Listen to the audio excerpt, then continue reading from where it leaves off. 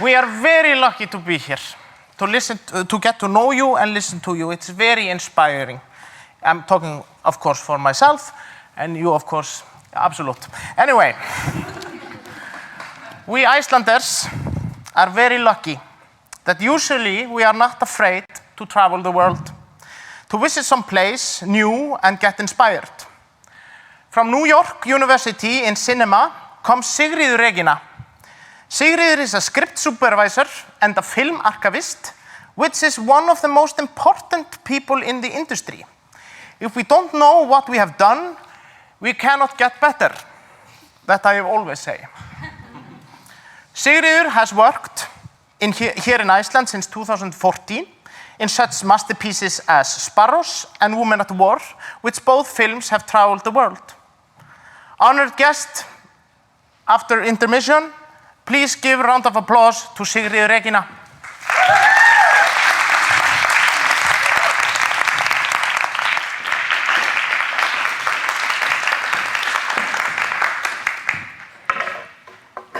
Okay, so who here knows what the script supervisor does? I do. Okay, there's a lot of hands, not everybody, and a lot of you are lying.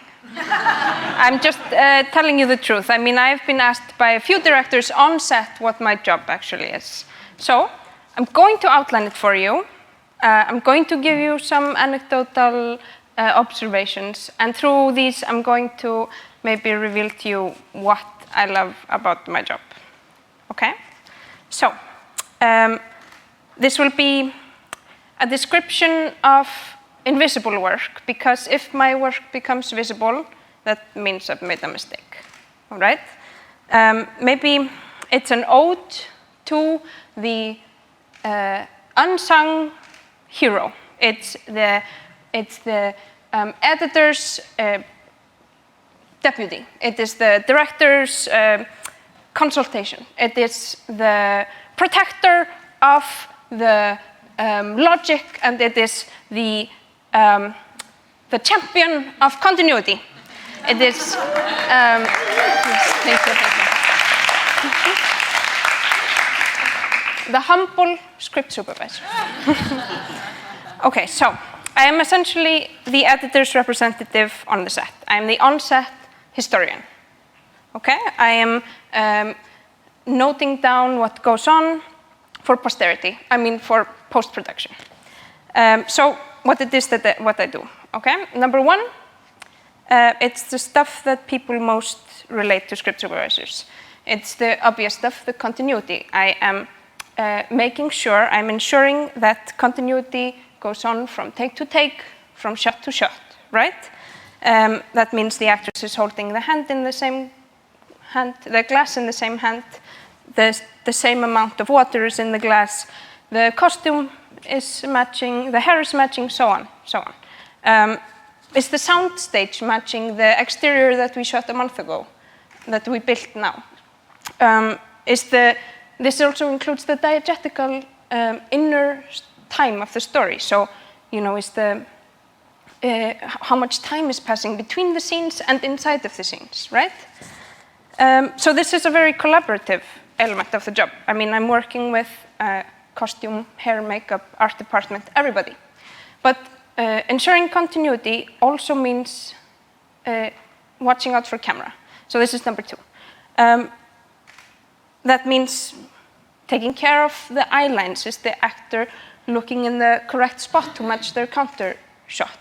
This means watching out for the 180-degree rule, knowing what is covered, making sure that the slate is correct, putting, what is the take of the scene, the slate number, and that everybody's on the same page. So this is also collaboration. Talking to sound, talking to camera, Number three, it is keeping track of the film time. So this means the traditional companion of the script supervisor is the stopwatch. This comes originally from making sure that we know how much film is literally going through the camera. I am noting how much of the film is being committed to a scene. And then this is also so that the production knows how much is being made And this is also to be aware of the length of the film itself. So is the director slowing down their scenes a lot? Are they drawing things out so that it means that something is going to have to be cut in post-production? This is fine, but it needs to be a conscious decision. So I point it out. So I point everything out, right? So number 4, I make sure everything that is in the script is going to the screen, whether it's the description or the action or the dialogue. If not, that has to be a conscious decision. So I point it out. But that's not all. Number 5, the biggest one. Whew. This is me keeping meticulous notes on what is going on the set, right? So often the links between production and post-production are tenuous. The director is often the only person who is truly there in both production and post-production, and they have a million things on their mind, and they have a million questions coming at them. And this is where the historian's papers come in. These papers, that's what I have, that's what I create. This contains information on each shot, each take, technical information for sound, for camera, the director's favorite take, the comments to the actors and to the crew, the opinions of any other departments that are willing to offer them to me.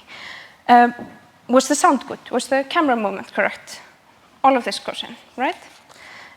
But I firmly believe that my historian's papers are pored over like a manuscript in post-production. I believe that the editor reads my comments, my smart comments, and they understand the nuances of the notes that I write, and I believe that the director is pleasantly surprised that I've been eavesdropping on all of their conversations. And I even believe that the sound designer looks at my notes and finds a solution or an answer to a problem they've been dealing with. This is what I imagine goes on in post-production, and I would be thankful if none of you break this illusion. Thank you. But I really think there's something nice here in this link between the production and the post-production and being a part of that. Because context and history is what we're working with, and we're trying to make sure that every decision is a conscious decision, right? So I point things out and I take notes. Sometimes I'm the bearer of bad news. Sometimes I'm here to confirm the director's gut feeling or their take on the scene. All of the time, the historian and the link. What I do is all for the benefit of post-production, really. But how I do it, it depends on the people that I'm working with on set and my relationships with them, my relationship with the director, the way each department works, the actors, the camera department. It's different every time.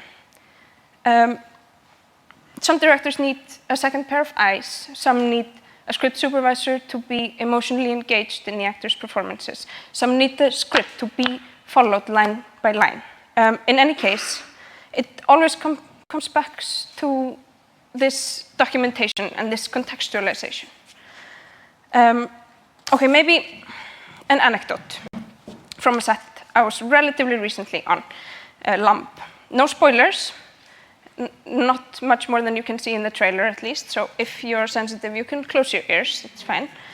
But let's say we're shooting a scene where a man is falling asleep on a bed, and the half baby, half lamp walks into the room, gets into the bed, lies next to the man, and they cuddle, and the baby looks at the picture, the sheep baby, looks at the picture on the wall, and feels uneasy. This is a scene.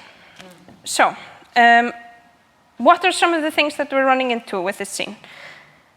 We start with a wide shot, okay? We're setting the pace for the rest of the shots. We are making sure that any changes that need to happen are preferably happening here, so I need to keep track on these, and I need to note them down, right? This scene is shot in 3 stages. We have first a baby that is acting with a little swimming cap, a little green swimming cap with marks on it for visual effects. Then we have the lamp puppet, and then we have an actual lamp, which is wrapped and swaddled and acting on the scene as the last one, right? And I need to match all of these for continuity. The eyeline for the baby is pretty easy. The eyeline for the puppet, this is not a problem. For the eyeline for the lamp, we need a person standing in front of the lamp and shouting at it, "Hello, Ada!" the whole time. You can imagine how sound feels about this. Yes. And through all of this, I need to also watch that the actor is not getting differently agitated when he's holding a lamp that is squirming around and going, "Bah!" instead of a baby or a puppet. In this instance, the VFX supervisor is the one trying to keep the attention of the lamp in the shot, so the eyeline is correct. So I also have the responsibility of logging the relevant information for visual effects. So this is the specific placement of the camera, this is the height, the distance, the tilt, everything. Thankfully, the lamp has no lines, but the man has one line. So sound is happy, and I am free to focus on other things than the lines. So there's where the stopwatch comes in again. How long is the scene supposed to be? When must the lamp look? And how long is the lamp supposed to look? Do we have the scene? Very rarely this is my call to make, but sometimes it happens. And this is, again, my love, the stopwatch. Okay, so what is it like for me on set?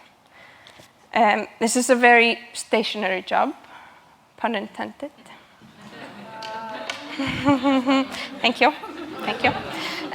There's not very many physical requirements, right? Like with other departments where you have, building and setting up and rigging and all of this. But my attention is required in every moment. So it's a job where, if you're doing it right, nobody sees it when it's on the screen, right? If they see it, it's a blooper, it's a mistake. It's a Starbucks cup in the back of a medieval castle scene. But you know what? That script supervisor probably flagged it and told them, and they probably said, "We're going to fix it in post."